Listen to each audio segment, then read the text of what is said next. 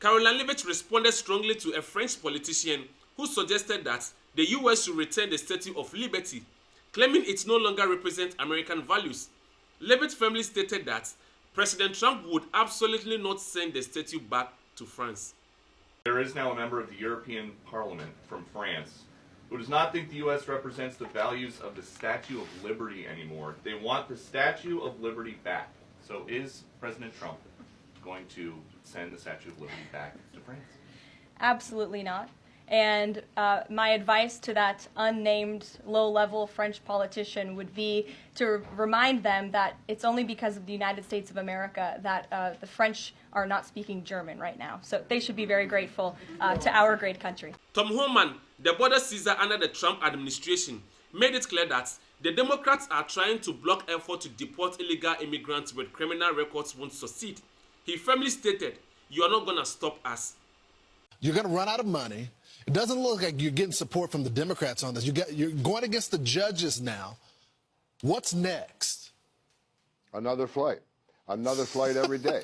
The teams are going to be out there every day. Every day, the men and women of ICE are going to be in the neighborhoods of this nation arresting criminal, illegal alien, public safety threats, and national security threats. Lawrence, you're not going to stop us. We made a promise to the American people. The President Trump has made a promise to American people. We're going to make this country safe again. I wake up every morning loving my job because I work for the greatest president in the history of my life, and we're going to make this country safe again. I'm proud to be a part of this administration. We're not stopping. I don't care what the judges think. I don't care what the left thinks. We're coming. During a recent White House event celebrating St. Patrick's Day, Conor McGregor, the renowned MMA fighter, expressed strong criticism of Ireland immigration policies. Standing alongside White House Press Secretary Caroline Leavitt, McGregor labeled the current immigration system a betrayal of the Irish citizens. And it's high time that America is made aware of what is going on in Ireland. What is going on in Ireland is a travesty. Our government is the government of zero action with zero accountability.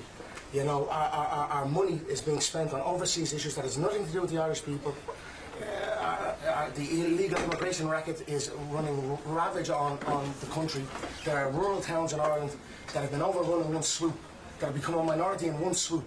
So issues need to be addressed, and the 40 million Irish Americans, as I said, need to hear this, because if not, there will be no place to come home and visit. You know, Ireland is at the cusp of, you know, potentially losing its Irishness, and I'm here to raise the issue and highlight it. You know, it's also St. Patrick's Day, so a little bit of celebrations for sure. Thank you for being here, and take a moment to support the channel by liking the video, subscribe to the channel, join the Notice family for your top highlighted, top trending videos, and without wasting much more time, let's continue.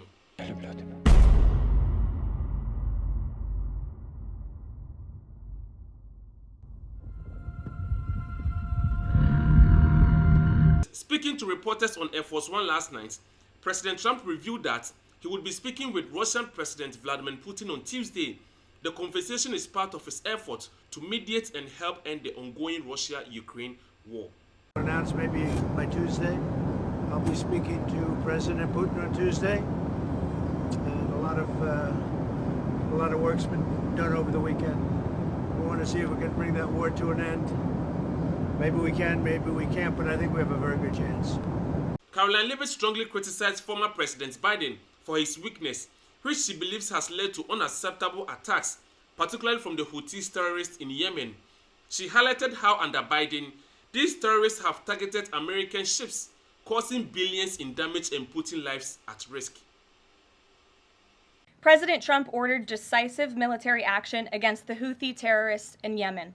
These Houthi terrorists have engaged in piracy, violence, and terrorism against American ships for years under the Biden administration, costing billions of dollars and putting innocent lives at risk. Joe Biden's pathetic weakness invited these unacceptable attacks. But there's a new sheriff in town, and his name is Donald Trump. And the world is officially on notice. America has a commander-in-chief whose peace-through-strength approach is unwavering and should not be tested. Former President Obama emphasized the need for tough decisions to reduce deficits, including cutting billions from programs that people care about. He pointed out that eliminating pointless, wasteful spending, such as a government-funded website for a folk music group of forest rangers called the Fiddling Foresters, as a prime example of waste that should be eliminated. Everyone knows that getting rid of the deficit will require some tough decisions, and that includes cutting back on billions of dollars in programs that a lot of people care about. But what should be easy is getting rid of the pointless waste and stupid spending that doesn't benefit anybody. Waste we should be getting rid of even if we didn't have a deficit. Did you know the federal government pays for a website devoted to a folk music ensemble made up of forest rangers? They're called the Fiddlin' Foresters. Speaking to reporters on Air Force One last night, President Trump was asked directly if he violated judge order by deporting alleged Venezuelan gang members. Pay attention and listen to what he said. Mr. President, did the administration, actually speaking of orders, violate Judge Boasberg's order in sending back the Venezuelan gang members and not bringing the plane back? I don't know. You have to speak to the lawyers about that. Are you planning to do more deportations? I can tell you this: these were bad people. That was a bad group of, as I say, hombres. That was a bad group.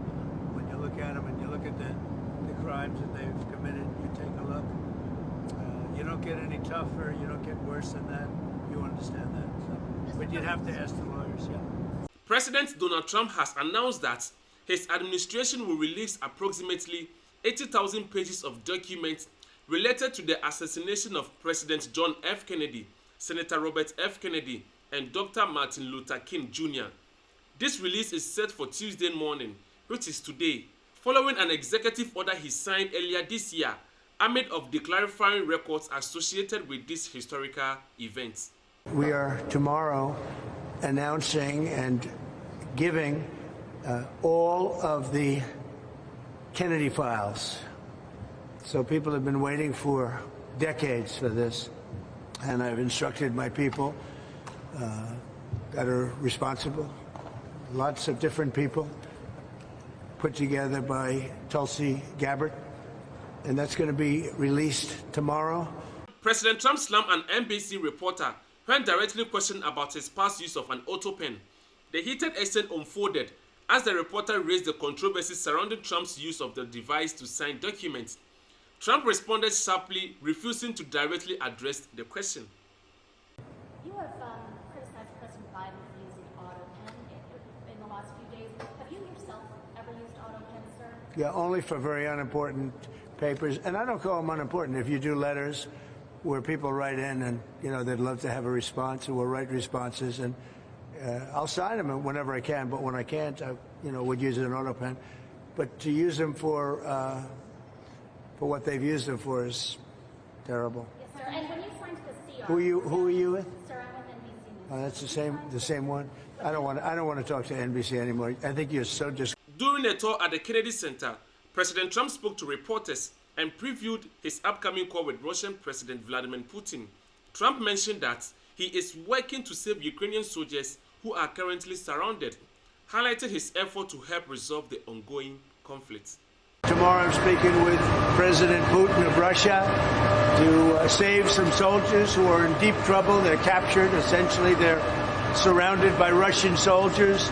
So I give you a lot of different things in one news conference, but it's a big deal. They're surrounded by Russian soldiers, and I believe if it wasn't for me, they wouldn't be here any longer. I was able to get them not to do anything at this moment. But it's a bad situation in Russia, and it's a bad situation in Ukraine.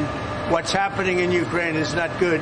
Thank you for watching, and don't forget to like the video, subscribe to the channel, join the Notice family, and hope to see you in the next trending topic.